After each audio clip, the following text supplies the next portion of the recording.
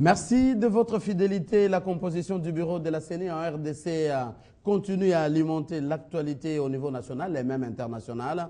Alors, l'inconnu président divise-t-il vraiment la classe politique en République démocratique du Congo? Ça fait débat. On en parle avec Maître Peter Kazadi.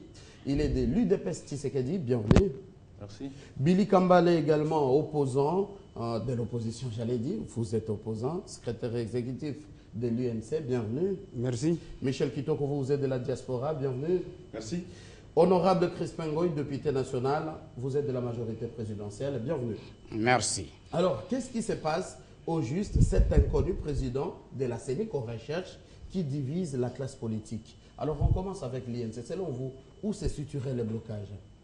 Non, le blocage se situe au fait que nous sommes ici dans un pays d'abord où, quand on parle de la société civile, il y a des courants dans la société civile. Exact. Le poste revient à la société civile. Mais j'ai suivi, depuis que le processus a été lancé, depuis la promulgation de la loi portant restructuration de la CENI, nous avons suivi des organisations de la société civile. Il y a Rodesic, ça veut dire, selon la loi, ce sont les organisations qui travaillent dans le domaine électoral qui doivent présenter des candidats. Aussi, les confessions religieuses.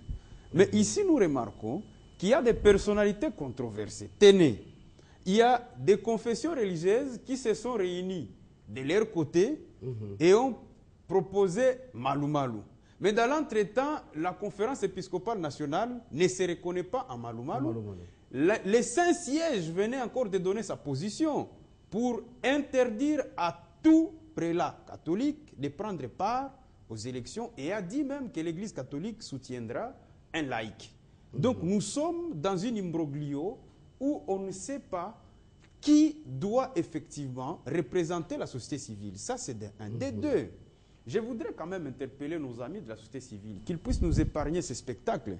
Puisque quand nous avons les combats pour la restructuration de la CENI, la société civile a été parmi les pionniers. Puisqu'on a vu dans cette ville l'ébullition où ils ont récolté des milliers de signatures pour réclamer les changements du bureau de la CENI. Et ils ont obtenu, parce qu'au-delà du bureau, il y a aujourd'hui la plénière, qui est une grande victoire que la société civile a obtenue. Maintenant, lorsqu'ils sont mis devant leurs responsabilités, et c'est ici où j'en appelle à la conscience, puisque ça, c'est quand même notre pays. Ces spectacles désolants auxquels on assiste, où les gens s'avouent, se désavouent, il y a des listes qui sont déposées en désordre, on se dit, mes chers frères, nous sommes encore en train de mal négocier les virages, nous risquons de nous retrouver avec un Malou Malou controversé à la tête de la CENI, et ça risque encore d'amener des contestations des élections avant même l'organisation du scrutin. Alors, Billy Kambale, une question. Est-ce qu'il y a une clause dans cette loi du bureau de la CENI précisant que la présidence revient aux confessions religieuses? Non. Il y a une clause qui dit que la présidence revient à la société civile, la présidence du bureau. Exactement. Puisque la société civile, la CENI, normalement, dans son exécutif, a 13 membres, dont 6 appartiennent au bureau et les autres sont membres de la plénière.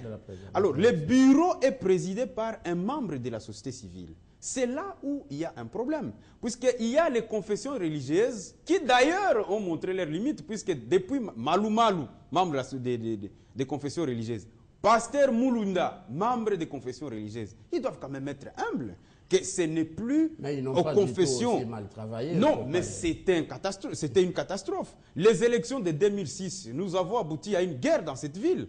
Les élections de 2011, c'était une situation explosive. Donc, moi, j'ai dit tout simplement, j'en appelle à la conscience de tout un chacun, de dire, lorsque la société civile s'est battue pour qu'on change la loi électorale, nous n'avons pas vu les Malou Malou, nous n'avons pas vu les autres qui prétendent. Au contraire, nous avons vu quand même les gens comme Jérôme Bosso, comme celui de la nouvelle société civile, et ce qui encore, il fait beaucoup parler de la nouvelle société civile. Ce sont des gens qui se sont battus. Nous devons quand même leur reconnaître que ce sont des gens qui ont quand même un certain nombre de valeurs et laissons-leur la chance. D'accord. Pourquoi les pasteurs et les abbés doivent continuellement prétendre que ces postes leur reviennent? Non, moi je dis non, je n'approuve pas. La parole maintenant à l'UDPS, maître Peter Kazadi. Chez vous, qu'est-ce qui se passe? Enfin, vous vous retirez de tout. Même Félix Tshisekedi,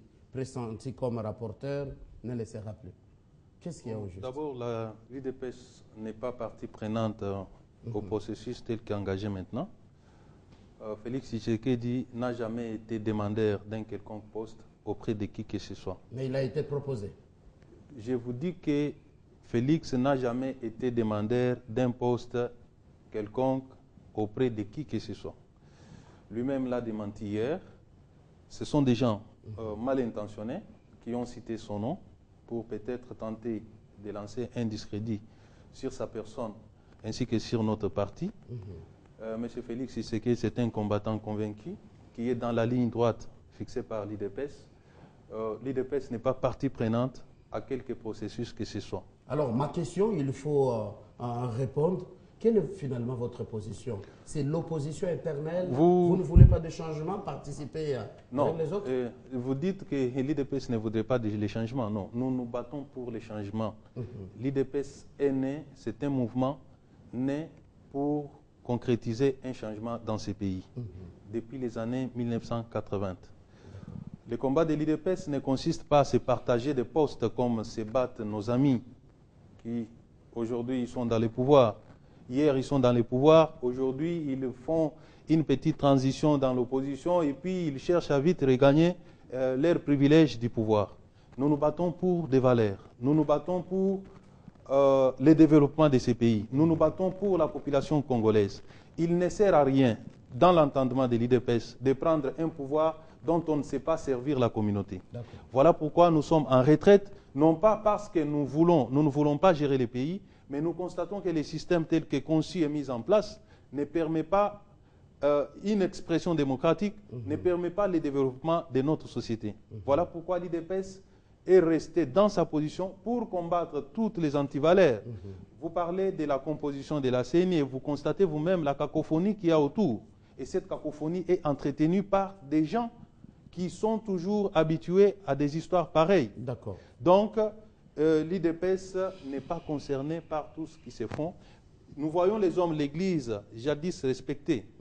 J'ai suivi les chefs de l'Église protestante, Marini, qui est en train de parler en mal contre une autre communauté chrétienne, dans laquelle il a choisi un candidat, soi-disant président, au poste à la CENI.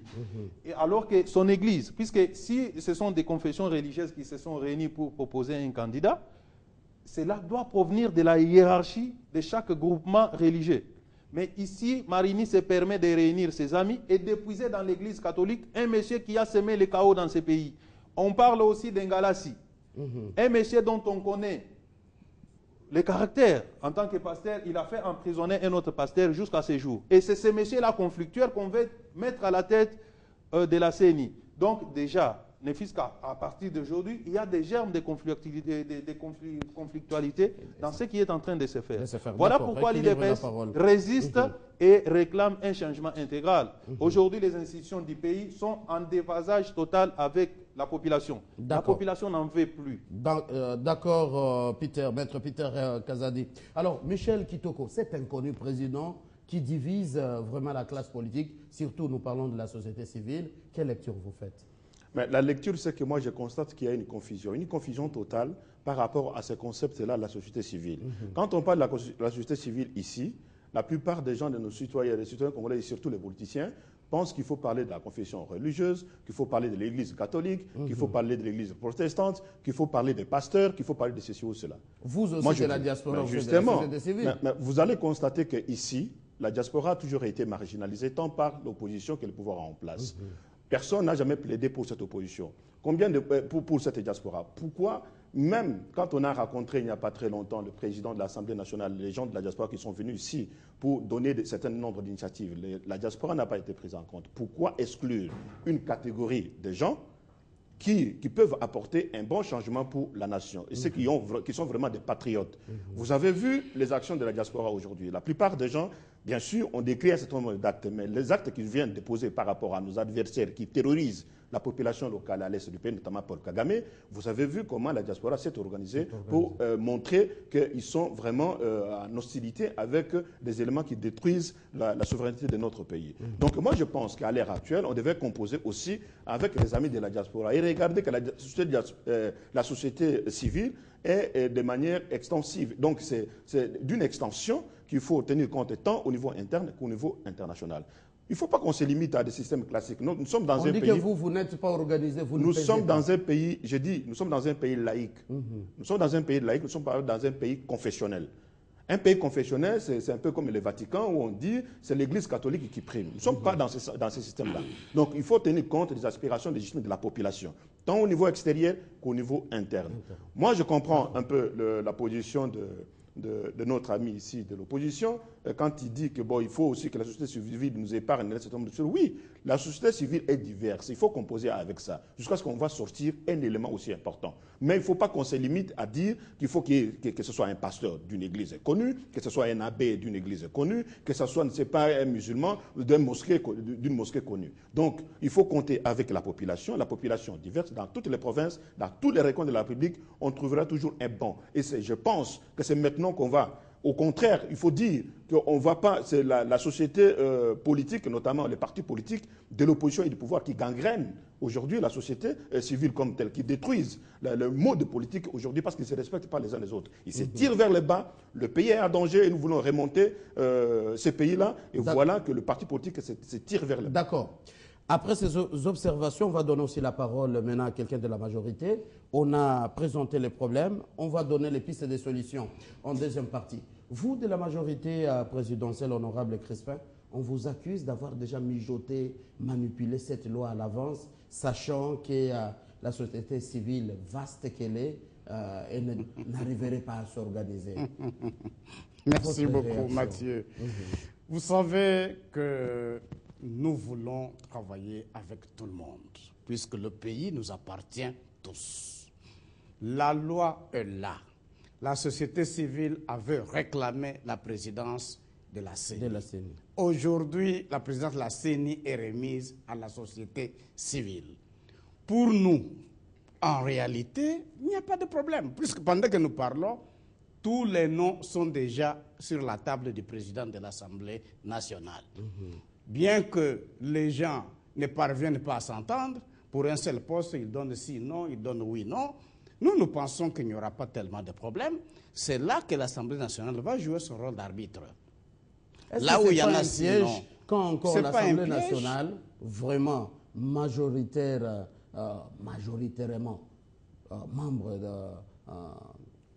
du côté de l'AMP, qui va encore jouer le rôle d'arbitre, est-ce que le régime n'a pas joué cette carte? L'Assemblée nationale, il faut qu'on s'entende, Mathieu, sur le terme « jouer le rôle d'arbitre ». Jouer le rôle d'arbitre ne signifie pas s'impliquer dans l'affaire ou bien donner sa couleur. C'est-à-dire, je vous donne un exemple. Oui, je vous donne un exemple simple. Prenons par exemple le cas du président de la CENI. Il peut y avoir plusieurs noms. D'ailleurs, mon frère Gazadi venait d'en citer certains. Il peut y avoir plusieurs noms, mais pour un seul poste. On va rappeler tout ce monde autour d'une table pour que ce monde puisse faire la synthèse et nous présenter, nous, un seul nom. C'est le seul nom qu'on va présenter. On va faire le rapport devant la plénière. La plénière va adopter et on va envoyer le président de la République. Donc, il n'y aura pas quelque chose où l'Assemblée nationale va trier un nom quelconque. Non. Ils doivent s'entendre entre eux. Et d'ailleurs, moi, je peux dire, c'est tout simplement ce manque de maturité politique qu'il y a dans ce pays. Pour un seul poste, tout le monde veut occuper ce unique poste-là. Normalement, ça ne pouvait créer aucun problème. Aucun. Il suffisait tout simplement que la société civile se réunisse, quelle que soit sa